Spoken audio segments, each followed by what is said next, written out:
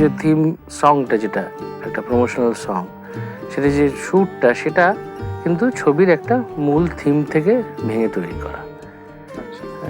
তো এইবারে এই কৌশিকদার সঙ্গে আগে আমি অপুর পাঁচালীতে এই একই জিনিস করেছি, খাদে গান ছিল, এটাতে আবার ওই অপুর পাঁচালীর মতো একটা প্রমোশনাল সং। এক্ষেত্রে এবার ব্যতিক্রম একটাই, সিঙ্গারটা বদলে গেছে। হ্যাঁ, অরিজিতের জায়গায় অনুপম এসছে, অটা কমন, এটাও কমন, বাকিটা দুটো মোটা মানুষও কমন, বাকি অরিজিৎ সিং আর অনুপম ক্যান সিং। হ্যাঁ, অনুপম ক্যান সিং আর অরিজিৎ। তো এইভাবেই, আর পুরোটা মূলত কৌশিকদার ভাবা থাকে, আমাকে জাস্ট ওটা সুরে বসাতে হয়, গাওয়াতে হয়, ভেজে বেড়ে দিয়ে দিতে হয়। একই সিঁড়ি ভাঙা, কুমির ডাঙা, তবু সব খেলনা বাটি রান্না।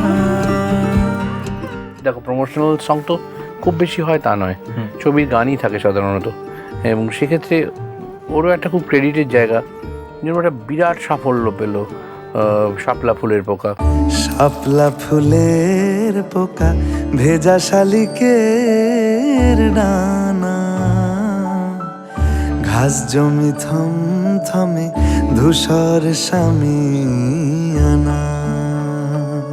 একটা প্রমোশনাল সং একটা অ্যালবামের গানের মতো বিখ্যাত হয়ে গেল। সেই রকমভাবে এই যে খেলনাবাটি রান্না, যেরকম ভয়েস ওভার হয় না, ভয়েস ওভার হয় একটা প্রমোশনে, ওয়ান ম্যান বলে একটা বিরাট, যে হলিউডের ট্রেলার হয় যেরকম, ঠিক সেই রকমই যা বলবার থাকে সেটা একটা গানের কথায় বলা হলো, এবং ওই 3 মিনিট ধরে একটা ট্রেলার ছিল ধরে নাও।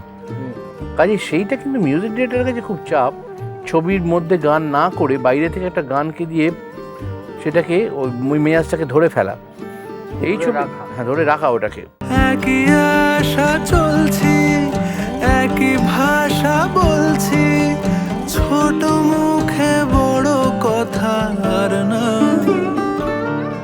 ওর কাছে এবারে প্লাস পয়েন্ট হচ্ছে একটা অনবদ্য থিম মিউজিক আছে, যেটা ছবি এই গানটার শুরুর সুরটা, মানে সেটা অনবদ্য, এবং সুরটা শুনলেই মনে হয়, আরে এটা কখনো গান হবে না।